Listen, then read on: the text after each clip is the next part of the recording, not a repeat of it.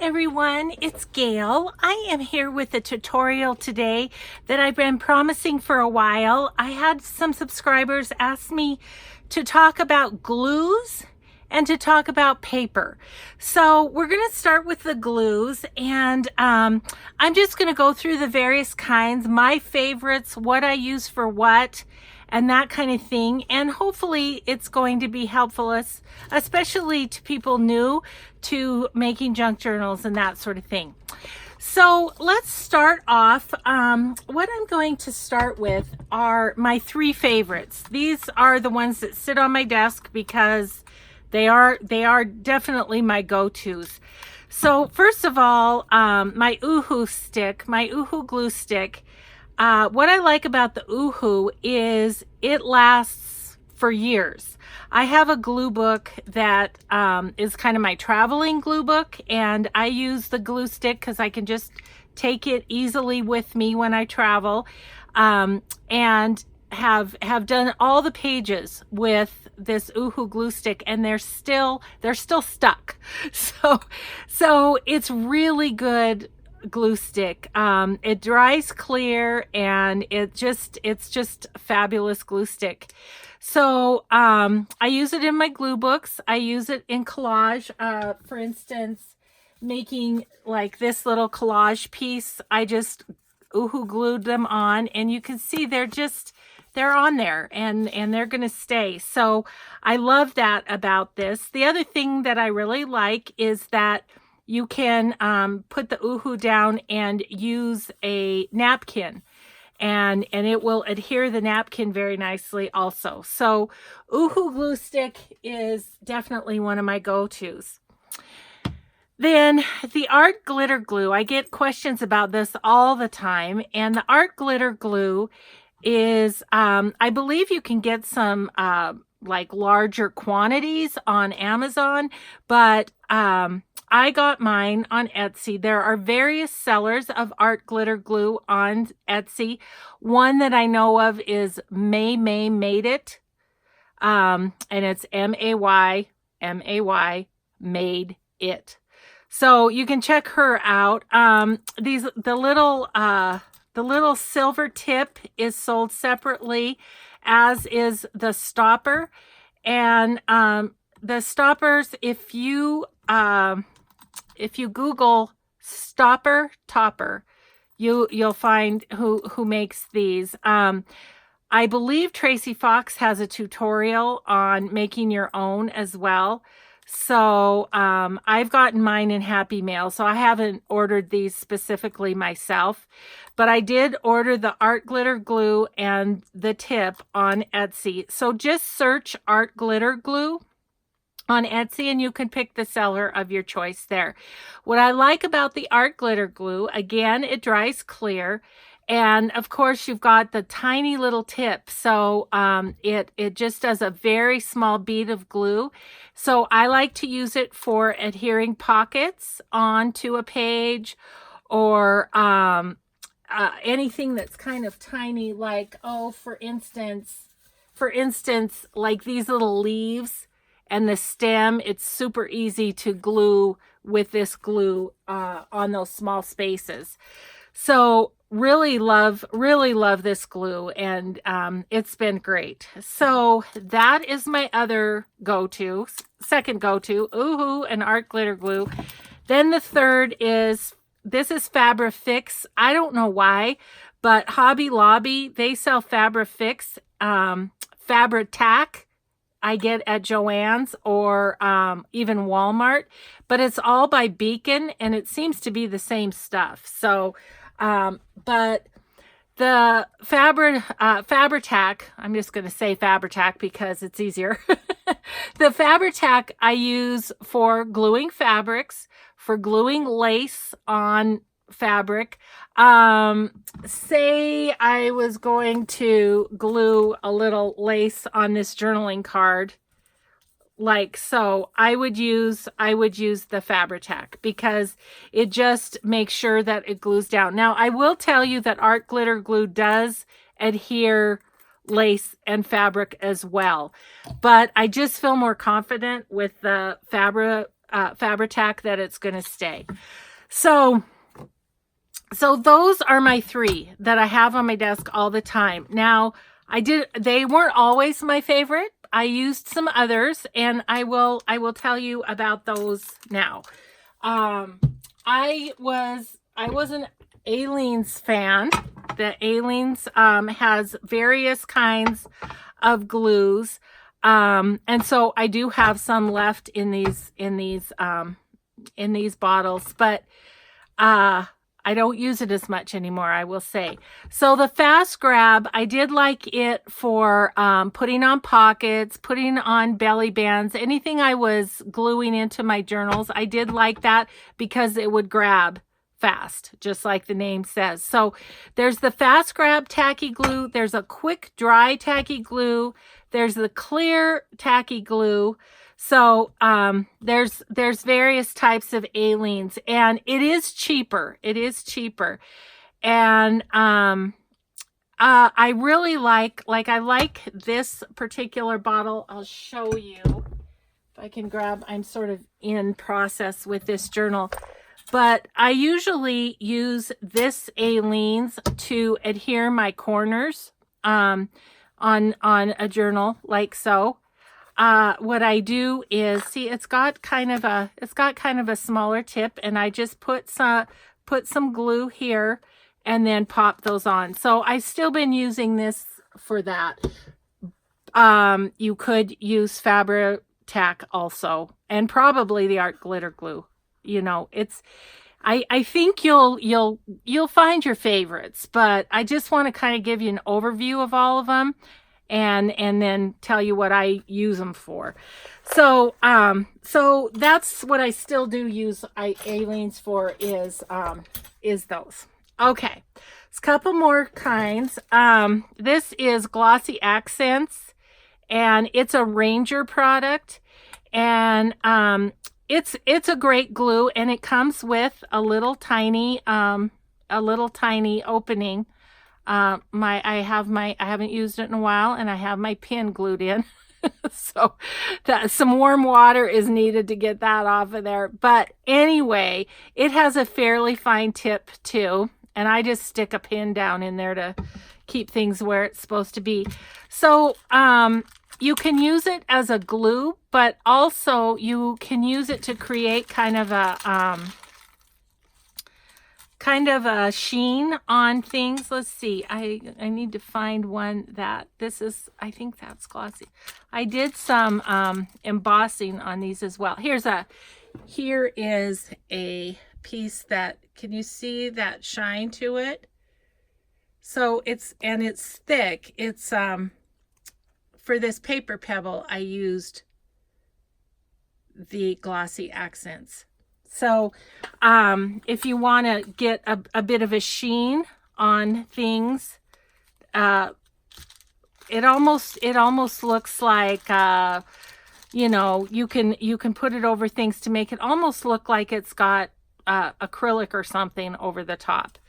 So but you can also use it as just glue. So there's that. I obviously got this one at a garage sale, $1. But there you go. So that's Glossy Accents. That's a Ranger product. And then there's Tombow. That's Tombow Mono Liquid Glue. It's a really good glue too, and it comes with 2 tips. It comes with a pen tip, and then it comes with this kind of a brush tip or broad tip. So you can use it for different things. Again, it's great for doing, the pen tip is great for doing like small spaces that you're trying to glue and that sort of thing. It's a really good glue too. I just have it on my other table, so I don't use it quite as much, but it's a really good glue too. Okay, so then I wanted to talk about Fray Check. Fray Check is a product that it's like a glue. They call it liquid seam sealant. So if you do a, here, let me just grab an example.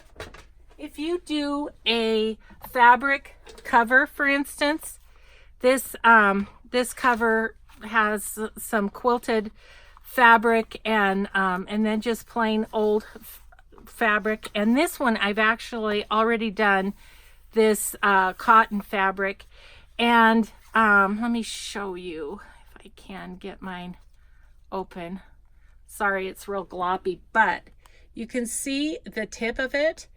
And what you do is you just run it through that little space there and run it alongside your fabric, and it will keep it from fraying. It's exactly what it's for. It's called fray check.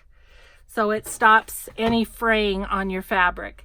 Sometimes you want fraying, but sometimes you don't, and that's where the fray check comes in. Okay, so that is that. And let's talk for just a quick minute about Mod Podge and such. I wanted to also tell you, besides the glossy accents that gives a glossy feel, if you want a little glossy piece, for instance, you can see this flower has a glossy glaze on it. You can use the glossy Mod Podge. That's all I use it for because it is really glossy. And so I don't use it for putting on napkins or those sorts of things. And really anymore with Mod Podge, I use the matte Mod Podge, and I use it to decoupage on napkins. I also use it sometimes on a cover if I am putting on something that I want to have flat. Also, I do use Mod Podge in my technique where let me grab it, where I do the faux leather. I do use Mod Podge to adhere down the tissue paper. And I do have videos on this if you're interested in learning how to make the faux leather cover. But anyway, so that's primarily what I use the Mod Podge for anymore. And there's also other options. So there's Mod Podge, there's also Collage Podge, which I believe is an Aleene's product. I have used that in the past. I don't currently have any, but it's just fine too. Sometimes, especially like on a cover, if I have a picture on a cover, I'll want to kind of protect it, give it a sealant. I prefer matte gel or gel medium for that. There's several different kinds, of course, of that too. So I like the golden heavy gel matte. I do have some of this. And then I also have the golden matte medium. So the other thing with these gel mediums, if you're painting, what you can do is blend colors with it, and there's all sorts of mixed media applications for matte medium, but since we're talking journals, we'll stick with that. So I do like those for really just putting a protective cover on. So, but they're also an adhesive, so you can also glue things down with it. So I think that's a pretty decent overview of glues. Again, I'll go back to my favorites. Pretty much anything you need to do, you can do with these three. So what I like to do with the Fabri-Tac is use my 40% off coupon at Hobby Lobby or Joann's, and they have smaller bottles at my Walmart that are cheaper than the craft stores too. So that's a little hint there. Okay, then just a quick little talk about papers. Let's talk about digital print papers. I use two different kinds of papers doing my digital prints. When I am doing a design team project and really want to show the design that the design artist has made, I use this 32-pound matte photo paper from Red River Paper Company. I get it online, and it's fabulous paper. It's fabulous paper. You can print on both sides. The top side is a little glossier than the back, but you can print on both sides and it prints just fine. It's, let's see what to tell you about it. Yeah, on my Etsy, I have an Epson 2550 EcoTank printer. I've been asked that a lot too, and that particular printer is awesome. It said in the documentation that it would do 4,500 color prints before you have to change the ink, and it really does. It's fabulous. I really like it. So I use the Red River paper, the 32-pound matte medium, or matte medium, matte photo paper. And so that's what I do. I order it online. And then sometimes I just use regular old copy paper, depending on what it's for. I have an example here, but this I just got at Walmart. It's just standard multi-purpose paper. It's just copy paper, 20 weight. So the sort of my choice of paper depends on what I want it for. I've got a couple of examples here. These are Tracy Fox Digital's Love Junk Journal. She has a collage digital that I love using, and I just use the Walmart copy paper for it because I want it to be a little grungier. If I'm coffee dyeing and I want to have kind of that grungy coffee dyed look, I'll just use copy paper because it gives it it crinkles better, if that makes sense, and feels more grungy. But again, when I want crisp and really nice digital prints, I use the Red River. So I have a little example that I can kind of show you the difference.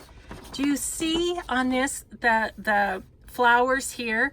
If I had printed this on the Red River paper, it would look more like this. It would really be bright and would really pop. But this grungy is what I want for the collage papers. So it's kind of just however you're going to use them is your choice there. And sometimes what I'll do is print out on the copy paper, see if I like it, and then print one on the Red River and see which I prefer. For different projects, I use different ones, but these are the two papers I print on. I know a lot of people print on coffee dyed paper. I haven't gone there only because I'm nervous about the paper breaking off and messing up my printer. I love my printer, and I just don't want to do anything to muck it up. And I'm sure it would be fine, but yeah. So if I were to do coffee dyed paper in my printer, it would also be just the cheap multi-purpose paper. So I hope that helps a little on papers and on glue. And I appreciate when you ask questions and ask me to do videos because, you know, it gives me some ideas of things you really want to learn. And I'm really happy to share what I know and just what I do, and then you can pick and choose from that what you might want to incorporate into your crafting. So thanks everyone so much for watching, and again, thanks for the suggestion to do the glue and paper video, and I will just see you next time. Thanks so much. Bye bye.